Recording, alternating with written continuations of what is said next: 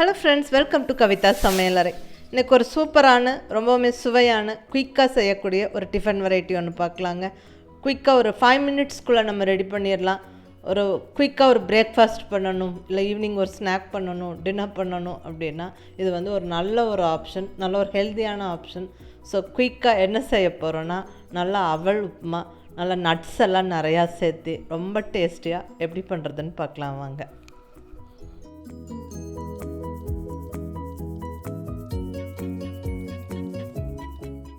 இப்போ நான் இங்கே வந்து ஒரு 150 கிராம் கெட்டியான அவல் எடுத்திருக்கேன். இதை வந்து ஊற வச்சுக்கணும். ஒரு 6-7 நிமிஷம் நான் ஊற வைக்கிறேன், நல்லா மூழ்கிற அளவுக்கு தண்ணி விட்டு. அது ஊறி சாஃப்டானதுக்கப்புறம் அந்த தண்ணி சுத்தமாக வடிச்சிட்டு அதுக்கப்புறம் அது வந்து தாளிக்க போகிறோம்.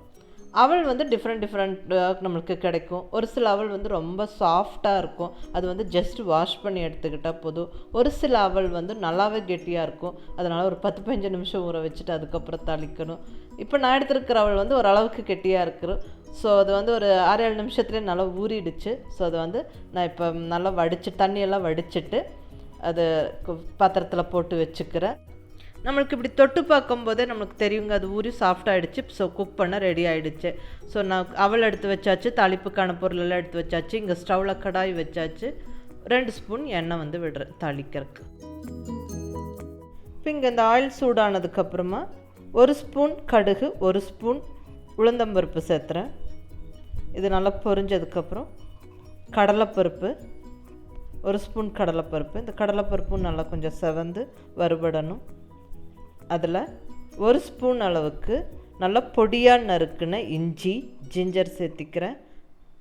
ஒரு 2 பச்சை மிளகா நல்லா பொடியாக கட் பண்ணி உள்ள சேர்த்திக்கிறேன். காரம் உங்களுக்கு தகுந்த மாதிரி சேர்த்திக்கோங்க.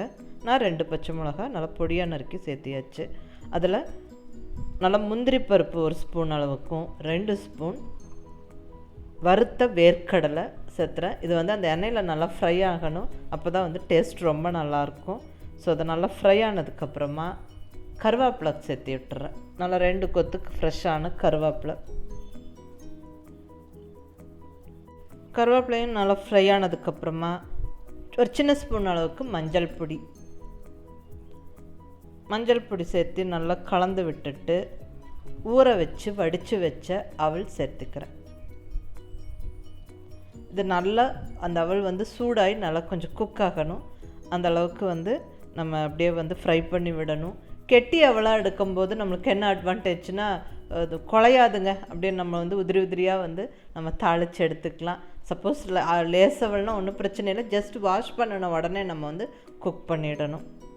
இப்போ தேவையான அளவு உப்பு சேர்த்து விட்டுறேன். இப்போ ஒரு அரை எலும்பிச்சம்பழம் அளவுக்கு எலும்பிச்சை சாறு வந்து கலந்துக்கிறேன். ஸோ அது ஏற்கனவே புளிஞ்சு வச்சுருக்கேன். ஸோ தேவையான புளிப்பு கலவாக வந்து நம்ம சேர்த்து விட்டுறலாம். அதுவும் இந்த எலும்பிச்சை சாரும் சேர்த்து நல்லா கலந்துக்கலாம். ஃபைனலாக கொத்தமல்லி இலை தூவி நல்லா சூப்பராக எல்லாத்தையும் கலந்து விட்டு பரிமாறிடலாம். சுட சூப்பராக ஒரு 5 நிமிஷத்தில் டிஃபன் ரெடி பண்ணிடலாங்க. இதுலேயே நம்ம என்ன பண்ணலான்னா, கொஞ்சம் துருவின கேரட், வெந்த பச்சை பட்டாணி இதுவும் கூட சேர்த்தலாம். அது ஆப்ஷனல், நீங்கள் வேணும்னா சேர்த்தலாம். ஒரு சஜஷனாக சொல்கிறேன், அதெல்லாம் சேர்க்கும்போது நல்லாயிருக்குன்னு. இன்றைக்கி வந்து நான் ஆனியன்ஸு கூட சேர்த்தலைங்க. ஜஸ்ட் அந்த நட்ஸை வந்து நல்லா வேர்க்கடலையும் முந்திரி பருப்பும் நல்லா எண்ணெயில் வறுத்து அதோட அந்த எலும்பிச்சை சாரெல்லாம் பிழிஞ்சு அந்த அவல் தாளிக்கும்போது ரொம்ப சூப்பராக இருக்கும். நீங்கள் ட்ரை பண்ணி பாருங்கள், ரொம்ப எல்லோரும் விரும்பி சாப்பிடுவாங்க. ட்ரை பண்ணி பார்த்துட்டு உங்கள் ஃபீட்பேக் சொல்லுங்கள். பிடிச்சிருந்தால் லைக் பண்ணி, ஷேர் பண்ணி, கமெண்ட் பண்ணுங்கள். கவிதா சமையலறை சப்ஸ்கிரைப் பண்ணி என்னோடய மற்ற ரெசிபிஸும் வீடியோஸும் பாருங்கள். தேங்க்யூ.